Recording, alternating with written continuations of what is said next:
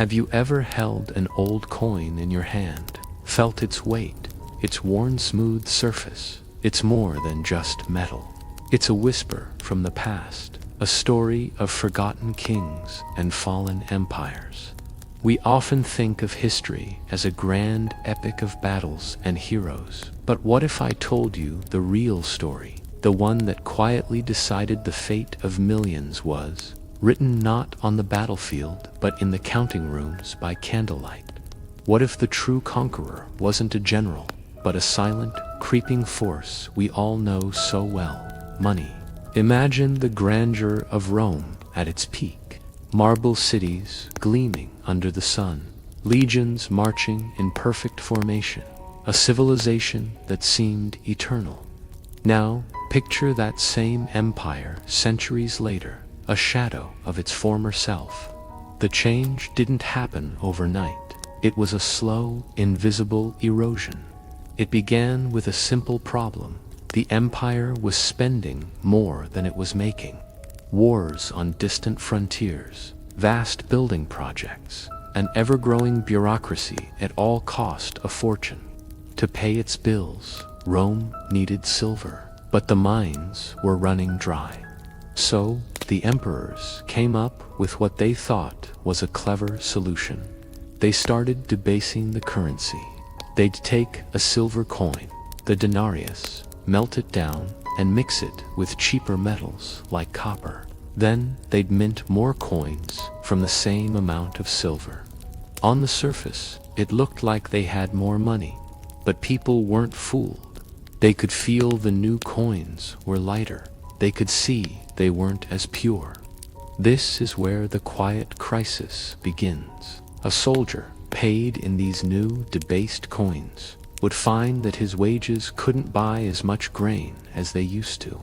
A merchant, receiving these coins, would raise his prices to protect himself. This is inflation, a modern word for an ancient problem. Trust in the currency, the very lifeblood of the economy, began to evaporate. People started hoarding the old, pure silver coins. Why spend a good coin when you could pass off a bad one? The good money disappeared from circulation, leaving only the debased currency behind. It was a vicious cycle. The government needed more money, so it debased the coins further, which made inflation worse, which meant the government needed even more money. This financial decay had real-world consequences. The empire couldn't afford to pay its soldiers properly. Morale plummeted, loyalties frayed. Legions that once defended the borders began to prop up or tear down emperors for pay. The roads, the aqueducts, the magnificent structures that were the pride of Rome began to fall into disrepair. There simply wasn't enough sound money to maintain them. The state grew desperate. Taxes became heavier and heavier, crushing the farmers and small business owners who were the backbone of the economy. Many abandoned their land altogether, unable to bear the burden. The once bustling countryside grew quiet. Now, let's travel forward in time to the 17th century, to the seemingly invincible Spanish Empire. Gold and silver poured in from the Americas, making Spain the wealthiest nation in Europe. It was a golden age, funded by a river of treasure. But this river was also a poison. The sheer amount of silver flooding the market caused massive inflation across Europe, a phenomenon known as the price revolution. But it hit Spain the hardest. Think of it this way: with so much money chasing the same amount of goods, prices for everything from bread to silk skyrocketed. Spanish industries couldn't compete. It was cheaper to import goods from other countries than to make them at home. So, while Spanish galleons were laden with silver, Spanish workshops grew silent. The wealth wasn't being invested in building a sustainable economy. It was being spent on foreign wars and luxury goods for the court. Spain was rich, but it wasn't productive. It was like winning the lottery and spending it all without ever thinking of investing. The Spanish kings were constantly borrowing against future treasure shipments to fund their endless wars. They were in debt to bankers all over Europe. When a treasure fleet was delayed by storms or captured by pirates, the royal finances would collapse.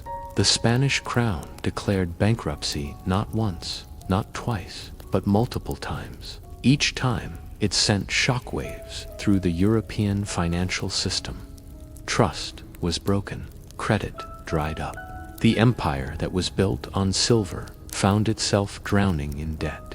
The golden light that had once illuminated the grand halls of Madrid began to dim, revealing the fragile foundations beneath. We see a similar pattern, a different verse of the same somber song, in the final days of imperial China under the Qing dynasty. For centuries, China had a sophisticated economy, but in the 19th century, it faced a crisis driven by a foreign commodity, opium. European traders, desperate to find something the Chinese would buy in exchange for their coveted tea and silk, began smuggling massive quantities of opium into the country. This created a devastating trade imbalance. For the first time, silver started flowing out of China instead of into it. This had a profound effect on the entire monetary system. China had a dual currency system. Large transactions were done with silver, but daily life for the common person, including paying taxes, was conducted in copper coins. The value of these two metals was supposed to be stable, but as silver became scarce, its value shot up relative to copper. Imagine you're a peasant farmer. Your taxes are calculated in silver, but you earn your living in copper. Suddenly, you need twice, then 3 times as many copper coins to exchange for the silver you owe the tax collector. It was an impossible situation. You're working just as hard. Your harvest is the same, but you are falling deeper and deeper into debt to the state. This silent, grinding pressure pushed millions to the brink of starvation. It fueled widespread social unrest and rebellion, like the massive Taiping Rebellion, which cost millions of lives and shook the dynasty to its core. The government, weakened and impoverished, was unable to effectively respond to either internal threats or the increasing aggression from Western powers. The financial drain of the opium trade had bled the empire dry, leaving it hollow and vulnerable. What do these stories from Rome, Spain, and China tell us? They show that empires don't always fall with a crash. More often, they decay from the inside out. They are hollowed out by financial mismanagement, by the debasement of trust, by the simple, inexorable math of spending more than you have. The pressure of taxes on the common person, the hidden inflation that eats away at savings, the reliance on debt to fund unsustainable ambitions. These are not just abstract economic concepts. They are the forces that shape human lives. They create the desperation that leads to rebellion, the weakness that invites invasion, the slow unraveling of the social fabric. In the quiet of a candlelit room, a Roman official adds a little more copper to the silver melt. Across the ocean, centuries later, a Spanish king signs another loan he can't repay. And in a Chinese port, a crate of opium is secretly unloaded, draining silver from a nation's coffers. These aren't the dramatic scenes we see in movies, but they are the moments where history truly turns. They are the gentle, almost imperceptible tremors that signal the coming earthquake. The story of money is the story of trust, of value, of power. And when that story becomes a tragedy, empires fall. The weight of an old coin is the weight of history, a reminder that even the mightiest civilizations can be brought down not by the sword, but by the quiet, relentless logic of the balance sheet. Thank you for watching.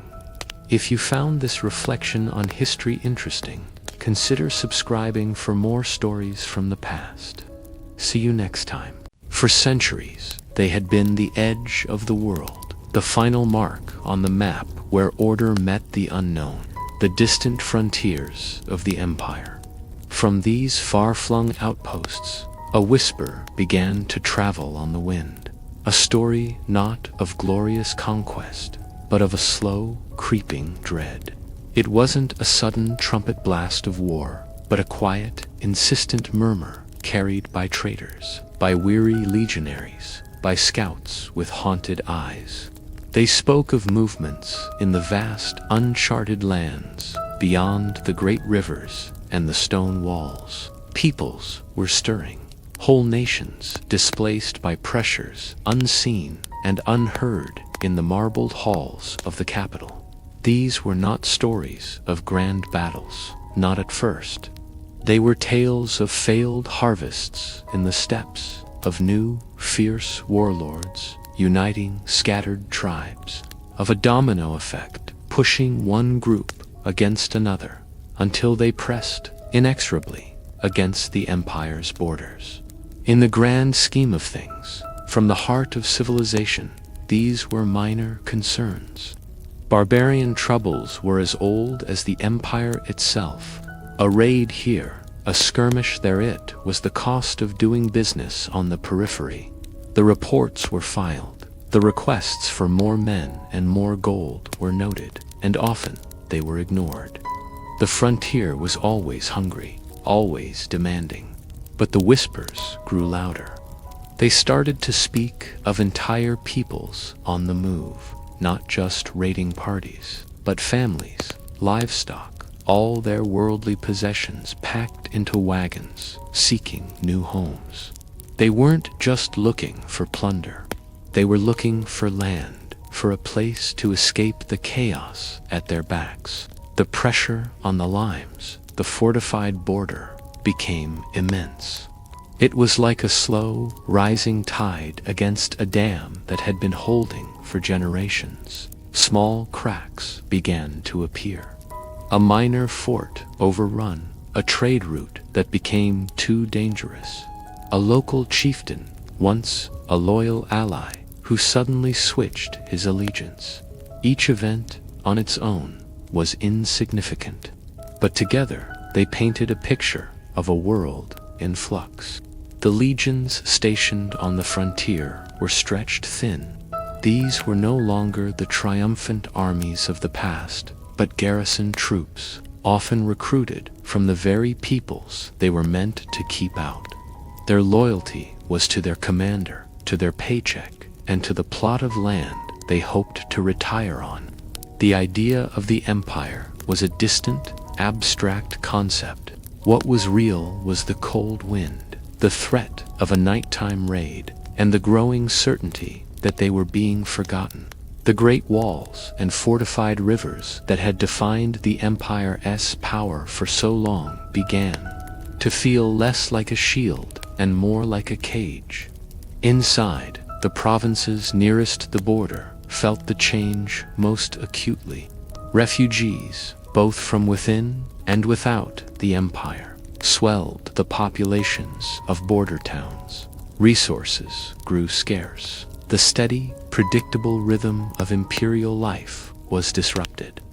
Local governors sent frantic messages to the capital, but the central government was consumed by its own problems: political intrigue, economic crises, and the endless, ruinous cycle of civil wars. The frontiers, once a source of pride and a symbol of strength, became a drain, a problem to be managed rather than a border to be celebrated. Then came the breaches, not a single dramatic collapse, but a series of accommodations, treaties, and forced settlements.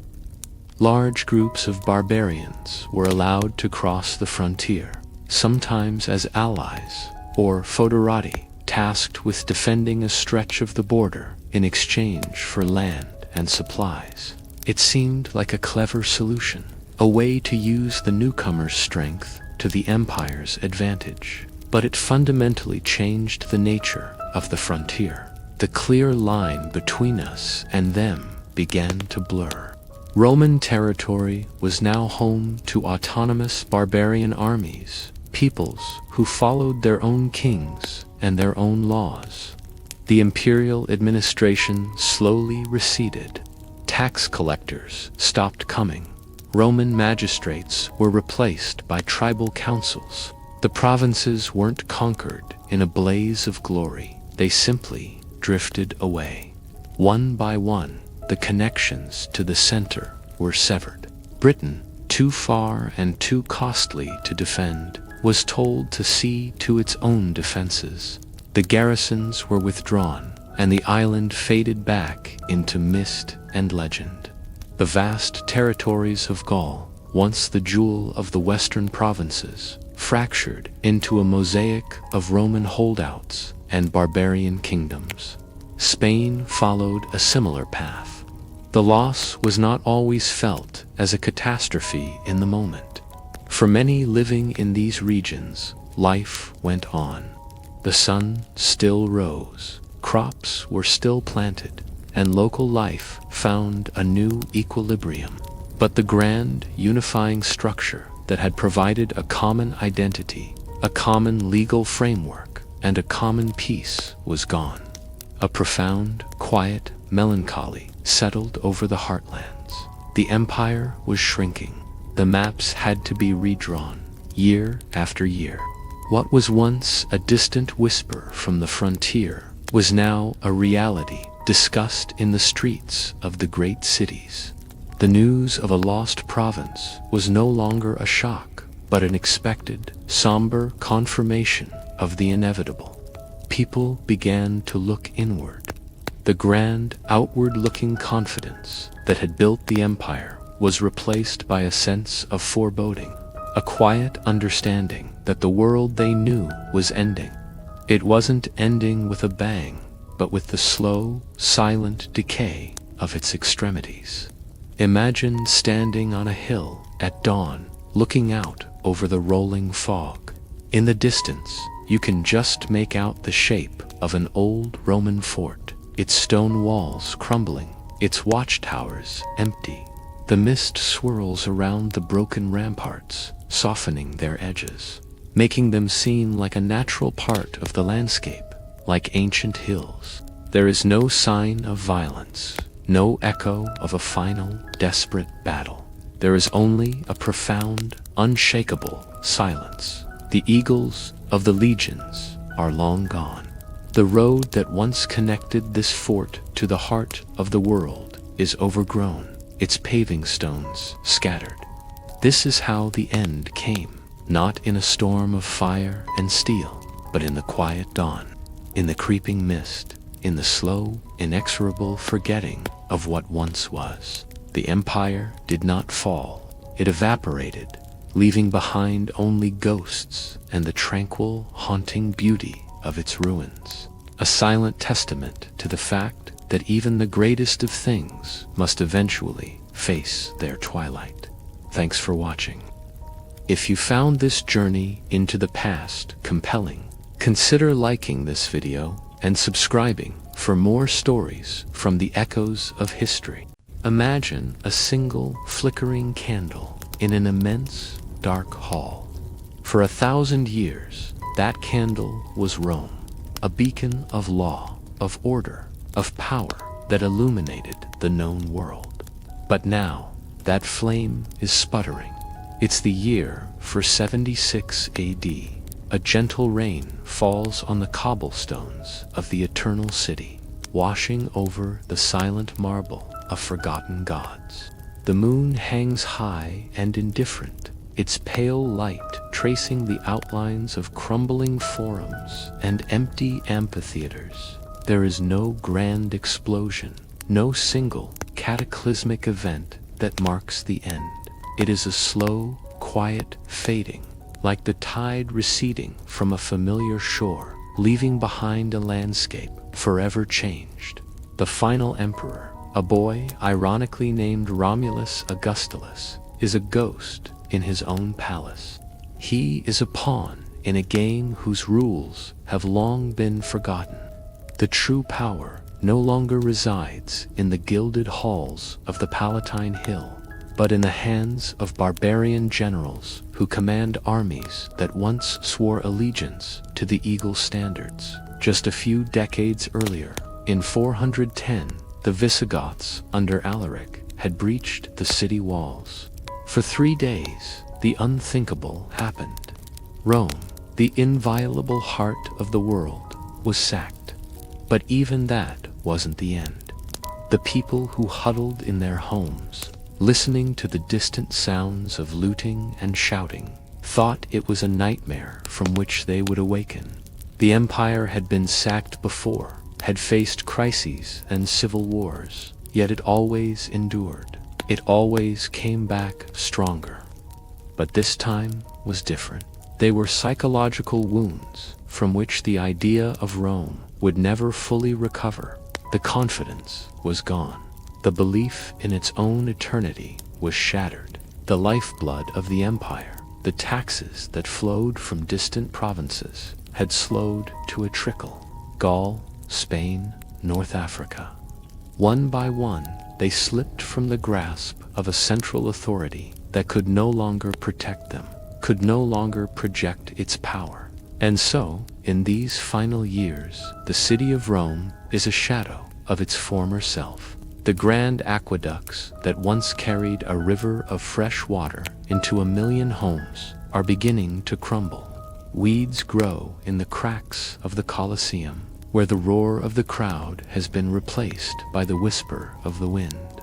The vast markets that once teemed with goods from Syria, Egypt, and Britain are now quiet, with only a few local farmers selling their meager produce. The citizens of Rome are sleeping through the end of their world.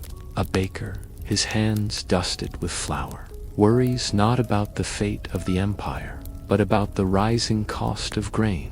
A mother hums a lullaby to her child, her prayers directed not to Jupiter or Mars, but to a new God who promises salvation in the next life, not security in this one. A senator, descended from a long line of consuls and tribunes, reads his scrolls by candlelight, perhaps lamenting the decay of public virtue, but powerless to stop it. The change is not happening on a battlefield. It's happening in the quiet decay of infrastructure, in the slow abandonment of civic duty, in the fading of a collective identity. The Roman legions, once the most feared fighting force on earth, are now mostly composed of Germanic mercenaries. They fight not for the glory of the Senate and people of Rome, but for gold and land. Their loyalties are to their generals, not to an abstract concept of an empire that can no longer pay them. When the final moment comes, it is almost an anticlimax. The barbarian chieftain Odoacer, commander of the Roman army in Italy, sees no further use for a puppet emperor in the West. He deposes the young Romulus Augustulus, not with a sword, but with a weary sigh. He doesn't even bother to kill the boy, but pensions him off to a comfortable villa in the countryside. The imperial regalia, the purple robes, and the diadem are packed up and sent to Constantinople, to the emperor in the east, with a message: one emperor is enough for the world. And just like that, it's over. No one declares the Western Roman Empire dead. There are no pronouncements, no final speeches. The sun rises on the day after, and for most people, life goes on. The baker still bakes his bread. The mother still cares for her child. But the world has fundamentally shifted beneath their feet. The unifying force that had held Western civilization together for centuries is gone. In its place, a vacuum. The intricate network of roads, trade, and law begins to fray. A journey that was once safe and swift now becomes perilous and long. A common language, Latin, begins to fracture into local dialects that will one day become French, Spanish, and Italian. The vast, unified economic zone shatters into 1,000 tiny, self-sufficient pieces. It's the beginning of what historians would later call the Dark Ages, not because the sun stopped shining, but because the light of a single, centralized civilization was extinguished. But from these ashes, something new will eventually grow. The seeds of the future are already there. The Christian Church, with its own structure and hierarchy, steps into the power vacuum left by the Roman state. Bishops become the new administrators. Monasteries become the new centers of learning, painstakingly preserving the knowledge of the ancient world through the long, chaotic centuries to come. The Germanic tribes, who now rule over the former Roman provincers, the Franks in Gaul, the Visigoths in Spain, the Ostrogoths in Italy, are not just destroyers. They are also inheritors. They admire Roman law, Roman architecture, and the memory of Roman power. Over time, they will blend their own customs with the remnants of Roman culture, creating a new synthesis, a new civilization that we now call medieval Europe. The fall of Rome was not the end of the story. It was the end of a chapter, a long and glorious one. It teaches us that even the mightiest of empires are not eternal. They are complex systems, and when the economic, social, and political bonds that hold them together weaken, they can unravel with surprising speed. It's a story of decline, yes, but also one of transformation and rebirth. The stones of the Roman Forum may be ruins, but they became the foundation upon which a new world was built. The fading of that single great candle did not plunge the world into eternal darkness. Instead, in time, 1,000 smaller flames were lit, each with its own unique color and warmth, illuminating the path to the future. Thank you for joining me on this journey back in time. If you found this story of slow, quiet change as fascinating as I do, consider subscribing and joining our community. We have many more stories to tell. Until next time.